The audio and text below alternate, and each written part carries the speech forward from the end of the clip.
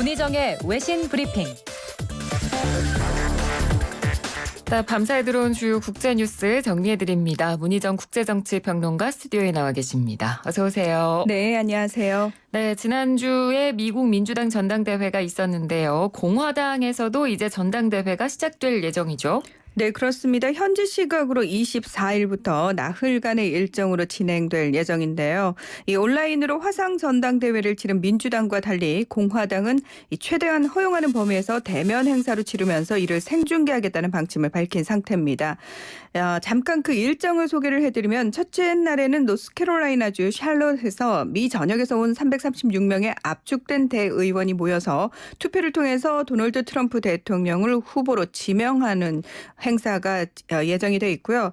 그리고 이튿날에는 영부인인 멜라니아 여사가 새로 단장한 백악관 로즈 가든에서 소규모 인원 앞에서 직접 연설을 합니다. 그리고 26일에는 마이크 펜스 부통령이 펜실베니아주 볼티모어에 있는 맥켈리 요새에서 지지자들 앞에서 연설하는 일정이 잡혀 있고요. 그리고 대망의 마지막 날인 27일 밤에는 트럼프 대통령이 공언해 왔던 대로 백악관 잔디밭에서 후보 수락 연설을 할 것으로 예상이 됩니다. 예. 자, 현지 언론들은 스포트라이트를 즐기는 트럼프 대통령이 이번 전당대회 내내 모습을 드러낼 것이라면서 전당대회를 통해서 여론 지지율의 반등을 노리고 있다고 분석을 했는데요.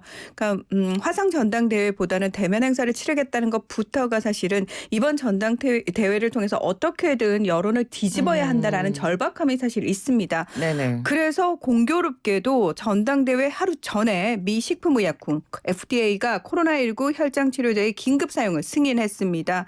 이 회복기 환자의 혈장을 추출해서 다른 환자에게 주입하는 방식인 혈장 치료가 코로나19 중증 환자들에게 실제로 사용되고 있다는 점을 볼 때 이 트럼프 대통령의 지지율을 올리기 위한 성급한 승인이라는 비판이 제기되고 있지만 뭐 정치적인 이유와는 무관하다라고 트럼프 대통령은 주장을 하고 있지만 글쎄요, 누가 믿을 수 있을지는 모르겠습니다. 예. 자, 한편 원래 상대당의 전당대회 때는 공개 활동을 자제하는 관례를 깨고 민주당 전당대회 기간 동안 맞불 유세를 하거나 조 바이든 전 부통령을 공격하는 발언을 멈추지 않았던 트럼프 대통령에 대해서 민주당에서도 지금 맞불 공세를 준비하고 있는 것으로 알려졌습니다. 매일 공격하는 영상을 내보내겠다 이렇게 밝힌 상태입니다. 네.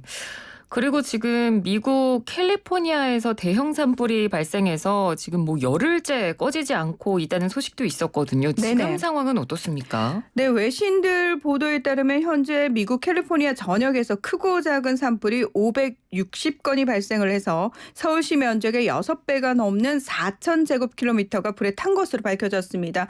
이것은 캘리포니아주 역사상 두 번째로 큰 규모의 산불이라고 하는데요. 또 소방관과 민간인 등 최소 6명이 숨지고 43명이 다쳤으며 약 17만 5천 명의 주민에게 대피령이 내려진 상황입니다. 이 캘리포니아 북부 지역의 산불은 번개로 인한 불씨에서 시작이 됐는데요. 이 최근 사흘 동안 무려 1,800번에 달하는 벼락으로 발생한 수백 건의 화재가 합쳐지면서 초대형 산불로 커진 것으로 밝혀졌습니다. 예. 자, 캘리포니아주는 화재 진압 현장에 소방관 12,000명을 투입했지만 이 섭씨 40도를 넘는 고온의 날씨가 이어지면서 불길이 더욱 거세져서 진화는 좀처럼 속도를 내지 못하고 있는 것으로 알려졌습니다. 애리조나와 텍사스, 네바다 등 인접한 10개 주도 소방 인력을 급파한 가운데 미 소방당국과 기상당국은 이번 산불이 현지 시각으로 25일까지 번개로 인해 계속 이어질 수 있다고 경고하면서 캐나다와 호주에도 소방관 파견을 요청한 상태입니다. 네. 트럼프 대통령은 피해 지역을 재난지역으로 선포하고 연방자금을 투입할 수 있도록 지시한 상태입니다. 네, 좀 하루빨리 산불이 진화돼서 큰 피해가 없었으면 좋겠습니다. 자, 이번에는 말레이시아로 가볼 텐데요. 방역 격리 지침을 무시한 장관이 4개월치 월급까지 기부를 하면서 사과에 나섰다고요? 네, 모하맛 카이루딘 아만 라잘리 플랜테이션 산업 상품부 장관 이야기인데요.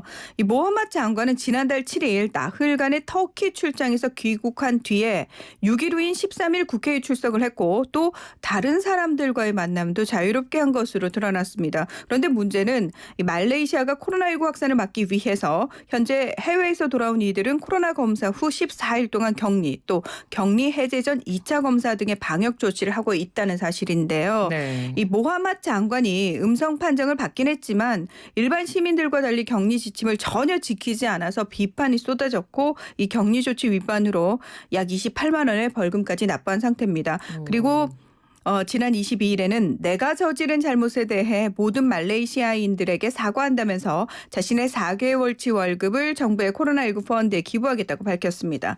자, 한편 지금까지 말레이시아의 코로나19 누적 확진자는 9,257명이고 사망자는 125명으로 집계가 됐는데요. 지난 3월 초에 수도 쿠알라룸푸르의 모스크에서 열린 이슬람교 부흥 집회에서 코로나19 집단 감염 사건이 발생한 뒤에 이 같은 달 18일부터 이동 제한령을 발동해서 필수 업종을 제외한 모든 사업장 문을 닫고 시민들이 생필품 구매를 제외하고는 외출을 금지하는 등 정말 강력한 봉쇄 조치를 시행을 했었습니다. 네. 그러다가 2달 정도가 지나서 조금 완화되기 시작했는데요. 이달 들어서 다시 감염자 수가 증가하자 지난 1일부터 대중교통과 공공장소에서 마스크 착용을 의무화한 상태입니다. 네. 이처럼 지금 전 세계적으로 코로나19가 재확산이 되면서 대부분의 나라에서 다시 지금 극도의 방역 지침을 시행을 하고 있는데요. 네네. 독일에서는 좀 역행하는 모습을 보이고 있는 것 같습니다. 많은 사람들을 한데 모아서 콘서트를 개최하는 실험을 진행을 했다고요. 네, 아마 저는 많은 분들이 도대체 이 상황이 언제까지 지속될 것인지, 그렇다고 해서 지금처럼 계속해서 봉쇄 조치가 조금 지속될 수는 없지 않을까라는 의구심을 좀 제기하지 않겠습니까? 그래서 네. 독일에서 이 할레 대학 연구팀이 지난 22일에 코로나19 사태 중에 이 대규모 실내 행사의 영향력을 알아보기 위해서 리스타트 19라는 실험을 진행을 한 겁니다. 자, 18세부터 50세의 건강한 자원봉사자 1,500명을 모집을 해서 이 라이프치히 실내 경기장에서 각기 다른 3가지 조건으로 콘서트를 개최를 했는데요. 실제로 당일날 참가자는 한 500명 정도였다고 합니다. 이게 예. 이제 하루 동안 이루어진 실험인데요. 자, 첫 번째 조건은 코로나19 이전처럼 안전 조치가 없는 상황에서, 그리고 두 번째는 위생 수준을 좀 높이고 약간의 사회적 거리두기 규칙을 둔 상태에서, 그리고 세 번째는 관람객 수를 절반으로 줄이고 약 1.5m씩 지금 우리가 하고 있는 사회적 거리두기를 그대로 지킨 상태에서 콘서트를 진행을 해본 겁니다. 이 모든 참가자는 실험 전에 코로나19 검사를 받았고 마스크를 착용한 상태였습니다. 그리고 관객 간의 거리를 재기 위해서 추적 장치를 착용을 했고요. 또 관객들이 어디를 가장 많이 만지는지를 알아보기 위해서 이 형광 소독제도 사용이 됐다고 합니다. 네. 실내 콘서트와 스포츠 경기와 같은 대규모 실내 행사에서 바이러스가 어떻게 확산하는지 현실적인 위험 수준을 파악하기 위해서 실시된 이번 실험의 결과는 최소 한 달 후 공개될 예정이라고 하는데요. 최근 코로나19 감염자가 다시 증가하고 있는 독일에서는 하루 1,000명에서 2,000명이 넘는 신규 감염자가 발생해서 보건당국이 긴장하고 있습니다. 그리고 지금까지 독일의 누적 확진자 수는 23만 명을 넘었고요. 사망자 수도 9,200명 이상인 것으로 집계됐습니다. 네, 실험 결과도 좀 궁금해지긴 합니다. 네. 네, 알겠습니다. 오늘 소식 잘 들었습니다. 고맙습니다. 네, 고맙습니다. 네, 지금까지 문희정 국제정치평론가였습니다.